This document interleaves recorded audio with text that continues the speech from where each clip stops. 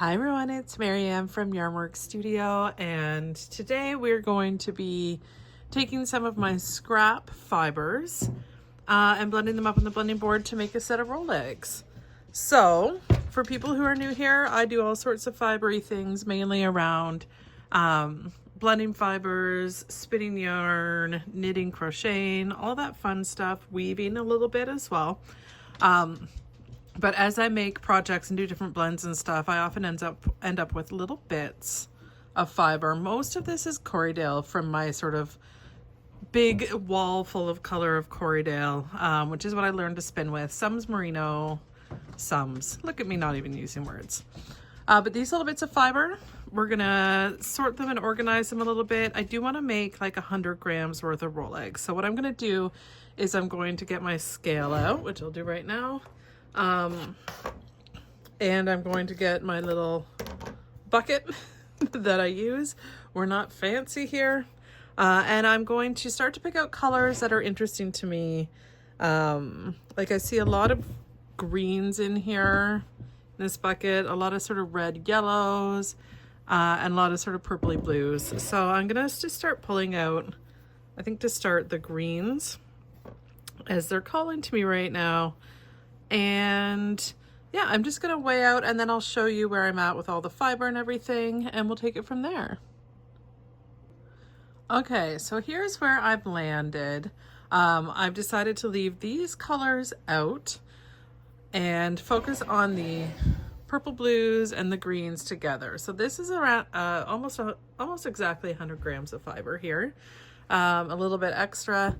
And then this stuff I decided to leave. I was a little torn. If you know me, you know I love a good rust, and I might still decide to put a little bit of rust in, but instead of the rust and the yellow, so I was kind of in the greens with rust and yellow, or greens and blues and purples. And I left the pinks out as well. I feel like the pinks are just, I'm gonna keep it kind of moody and I'll let the greens be the lightness. So let's take a look at these two little piles. So obviously all the greens I just kind of grabbed first. And then I grabbed the blues, and then I was deciding, do I want some grays in there? Do I want the purples in here? And I do. I really think I like the way that they go together a little bit. This one to me is kind of sticking out like a sore thumb, as it's kind of different. It's not as cohesive with the rest. So I'm going to ponder on that for a second. Again, I don't really plan out my videos. I just start recording and see if does the rust make more sense with this? I'm not sure about that. The other thing that I could do, just sticking with the scraps, like I don't think I want yellow in here because I think it's going to make it too bright. At least that's a very, very bright yellow. I also have, I could take this out and do a little bit of the white. That's actually not bad. I think I'm just gonna have to weigh it against the purple. So it's either this or it's this. But I do like the sort of dimension that I'm getting from having that purple in there. This sort of burgundy, what would we call this? I'm so bad with color names, notoriously bad with it. But I do just want to compare how much of each I have. So I'm just going to quickly weigh them to help me decide. The nice thing is I find there's really no wrong answers. And so sometimes I get stressed out and I'm like, ooh, what should I put in here? All right, I actually only need a couple grams. So this is more than that. So I can easily swap these and still have 100 grams. That's what I was getting at. So it's either this grouping or this grouping. Oh, it's hard to tell. Obviously, I'm going to mix them up. Or all of them. No. I think I'm going to trust my gut, and I'm going to do this. All right, so these are the colors that we're working with. We've got some grays. We've got different tones of grays. We've got this bright purple is going to be interesting. And I've got sort of a little bit of darker purple, and this, I love this one. It's like a mink color, I would call it. It's like a very subtle gray purple. pink in the best of ways. All right, so I'm gonna get my board out and let's blend. Okay, so I like to go in without too much of a plan, and just let the palette kind of go with me. So I'm gonna pick a bright color to start. And again, I usually do around 20 grams on my blending board at a time. So we're probably going to fill the board 5 times, and I'm not going to be worried about trying to make them all uniform. I just want them to all kind of have a cohesive color story together, but there's no plan for me to try to make them all identical rollags to each other. I will end up with probably usually 15 rollags total to get 100 grams. All right, so just to start with no rhyme or reason, I'm just going to take this bright green, I almost said gray, green, and put it in. Brush it down a little. Now remember, the colors always look a little different because the carding cloth here is that color, this sort of coral salmon-y color. But what I love about the blending board is it feels very controlled in the placement of things. I like to really only go vertically, but we've done experiments in some of our lives and stuff on TikTok where you can go diagonally and see how that comes through in the actual end finished yarn. But it's such a canvas to just play with. And I love that, and I love watching other people do it too, because it's always fascinating to me because everyone does it very differently. And there are a million ways you can prep fiber, the same fiber, and get extremely different finished yarn, or whatever it is that you're using the prep for. All right, I'm gonna get into the blues a little bit with this teal.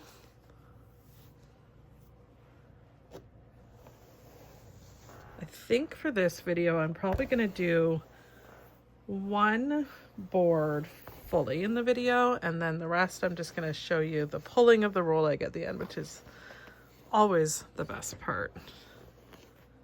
Again, there's not much rhyme or reason here. It's a very much trust the process, and I like to look at what it's looking like down here at the bottom to really get a sense of what we're building up. The other thing I'd be mindful of when I've got this huge pile over here that I'm working through is I don't want to use up all of one color on one board, because although I'm not trying to make them be the same, I do want them to have a cohesive color set across it. So if I only have a little bit of like this purple, I'm going to make sure I get a little bit of it in all of them rather than spend it all on one board. So I'll do that now before I forget, since I'm talking about it. Typically also with my rollags, some I do really blended. This one's pretty blendy so far. It's not big chunks and stripes, but I do like to often have lighter and darker sections. So this is like a darker, lighter, darker, lighter, darker, lighter. No, that's not a hard and fast rule, but it's something that I feel like helps give some nice clear variation in the colors. Okay, so I get some gray in here now. If you know me, and I keep saying that as if lots of people will just magically know me, and you don't, but I am not a gray fan. I am someone who kind of naturally avoids gray. But I do appreciate gray. I just don't choose it for myself very often. But I think it's adding some richness here, which is really nice. Let's get some of that mink color in here. Ooh, this will really tie in with the purple pops that are really sort of mauve. Let's see. And again, I also don't measure out how much is going on each board. I just kind of go with it. We're really layering on the purples right now. I feel like I need to make sure I get some blues on here. All right, let's get a softer blue. Filling in some of these cracks.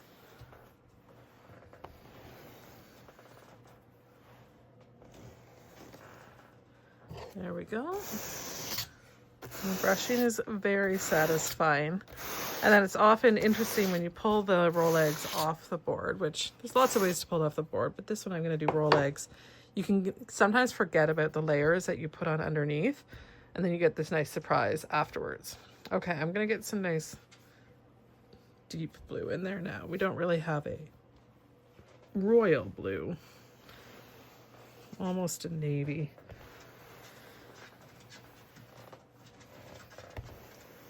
This is going to have a lot of color dimension, I would say, because I've got sort of very blended kind of all the way through. But since I have a lot of this blue in my pile and it's going to be quite dominant because of its darkness, I'm going to go ahead and put that in there. All right, I'm going to pop in some of the dark green as well.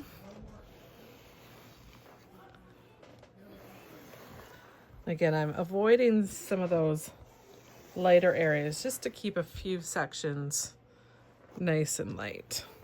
You can also go like really softly just to get a few strands in there. That can be really beautiful. All right, I think we're almost full here. I'm going to just grab, let's see, a little more pop of this lime because I have a lot of the lime in the pile here. I always get asked about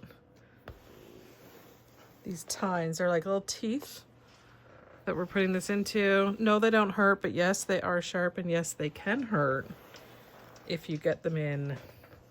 If you hit them in a certain direction with your finger, they can certainly hurt. Okay, so a final brush, and then I'm just gonna check and see how even I think it is as far as like denseness all the way across, because you don't want some to be a little thin. I do think there's a couple thinner sections here. I'm gonna fill those in with some dark gray.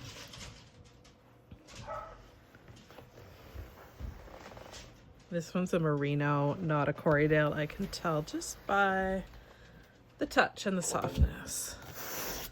Okay, so now I've got what I would call a full board here, and it's time to pull them off like rollags. So for people who don't know, a rollag, sometimes I hear people call them poonies. I'm not 100% sure if there's much of a difference. I like to draft out a little bit first, and then I use an old straight knitting needle, just go underneath. I love to flip it to take a look at the underside because it's very dark up here, but we forget all this is under there. So then I put one dowel underneath, one dowel on top, and then I start rolling them together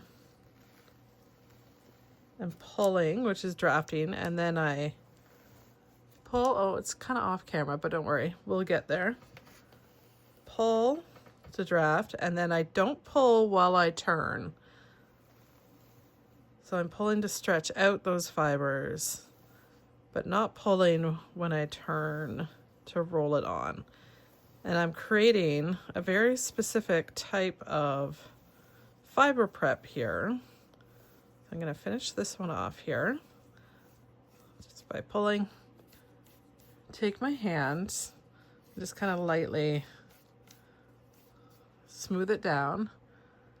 That's not the best lighting in here. I am very aware of that. You can see all these colors dancing together. And then what I do to finish the rollag prep is I pull out one of the two, and then the rest of it's just on here, and you can just slide it off. And this becomes a rollag. So we can see sort of the color story there. Gorgeous. I do feel like I have a little less fiber in this section. It seems a little bit skinnier, but that is one. And then when you, I'm not going to do it because I'm going to save these, but you spin off the end here and add the twist. So the colors will work through sort of in this direction, or if you choose this end to start with, and you draft your fibers out and then you spin them into yarn. So there is one. I will pull off another one so you can get a better view of it. Again, I just kind of lightly tug at these fibers, and then I'm going to put one down underneath. Let's see if I can refocus a little bit. And one over. And then I'm gonna catch the fibers in there. I'm using my thumbs for some leverage to draft kind of up and towards my body. And then I roll. A little bit here that's not quite sticking, so I'm gonna pull. And this is the most fun because it looks like art. Looks like art up here. It looks gorgeous when you pull it off here into this really fun colors story. This is gonna be a nicely packed one. And again, I'm just kind of turning it in the same direction I was turning it, just to sort of smooth it out, make it nice and clean. Pull through. You can take a look. Let me see if I can zoom it in here. So you can see the colors all kind of dancing together. And then there it is. And you can see the fun part is this one, even though it came off the same board, I'm going to put it in the same direction that I pulled it off. It's not exactly the same, right? Because there's different fibers kind of all over the place. It's generally cohesive, but not exactly the same. And then when I do a fresh board, we're going to end up again with ones that'll look totally different, but with the same color set. That's why I like to pull out 100 grams all together and make sure that I'm sort of pulling from different ones here and there. There are a couple colors, like I didn't put any of this very, very bright blue in these ones. So some will have some of this bright blue, some will have different colors. But at the end of the day, we're going to end up with a full set. And here I have one. I just happen to have one here that I made recently. I like to store my rollags together as like a full set like this. And then when I decide I want to spin it, I just pull them out one at a time and I spin them however I want. And I know I'll end up with 100 grams. So I am going to stop here. And then I'm going to finish pulling the rollags off this board. And then I will probably pause as I'm pulling them off each board because I'm going to do probably 5 boards worth and just show you where we're at. And then we'll take a look at all of them at the end. So stick around. Okay, we're back with our second board full. I'm going to do what I love to do, which is flip it over and look at the other side. It's got a really nice blend. So let's see where we end up. All right.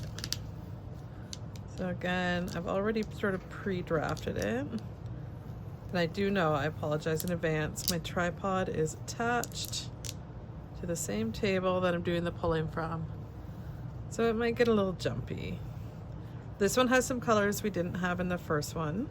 So it's got some of the white tones and also that bright blue. Actually a pretty good amount of that bright blue. And a little peek of that purple that we only have a little bit of.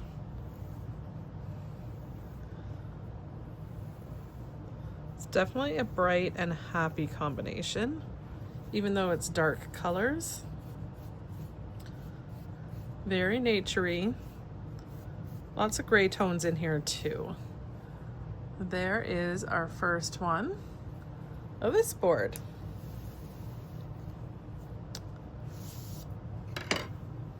There's our first rollag. Usually I pull 3 rollags off of a full board. The bulk of it comes from down here because there's a lot of extra fiber at the bottom. And then the second one is usually kind of here to here, like half the actual board. And then the last one's the top bit. So here's this one. We can compare it against one of the ones from before. So it's got a little more color variation, some similar tones here and here actually, and then just some pops of slightly different colors. So there we go. I'm gonna carry on and I'll show you again the next board. Okay, we are back with our third board.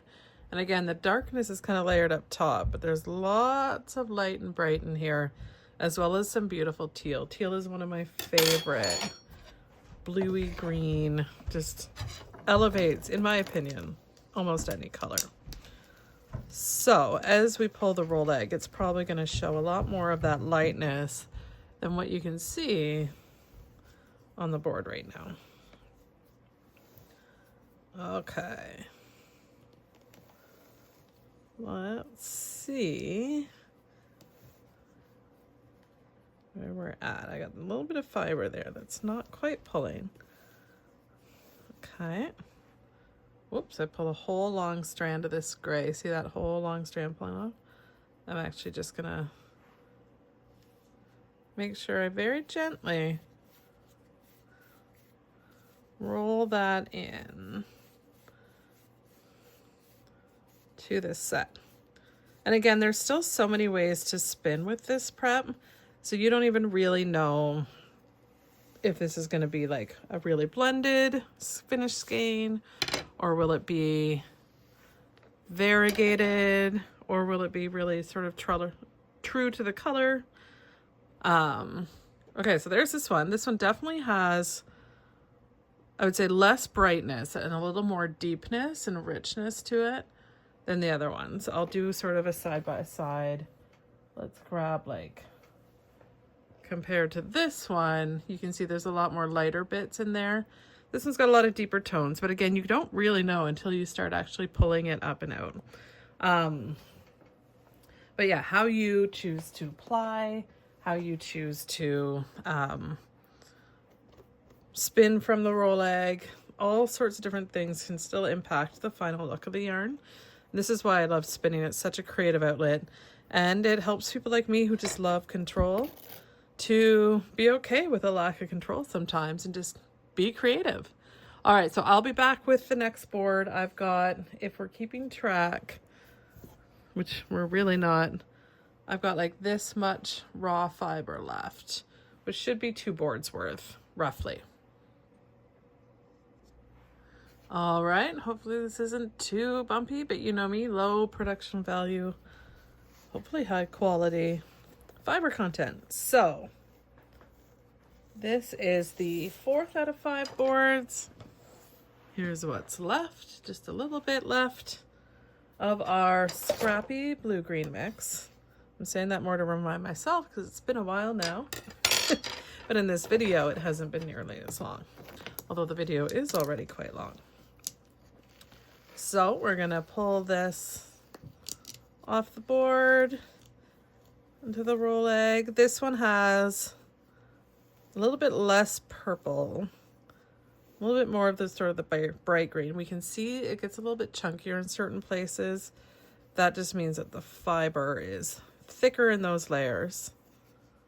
Ooh, but I am obsessed with whatever's happening right here, which is like dark purples and teals and blues. The mix of some hunter green in here is extra nice as well. Let's take a look. I just love, it's brighter in person than on the camera. I don't have great lighting where I work. And by work, I mean where I have my little play area for fiber. There's this one. Let's compare it to a couple of the other ones. At the end, we'll look at them all together. So we can see this one has some brighter, lighter areas. And probably a little less blue, but it's still got some nice blues and purples in there. All right, I'm gonna pull the rest of these off. One more board to go, and then we'll look at all of them together, the 100 grams worth of rollags.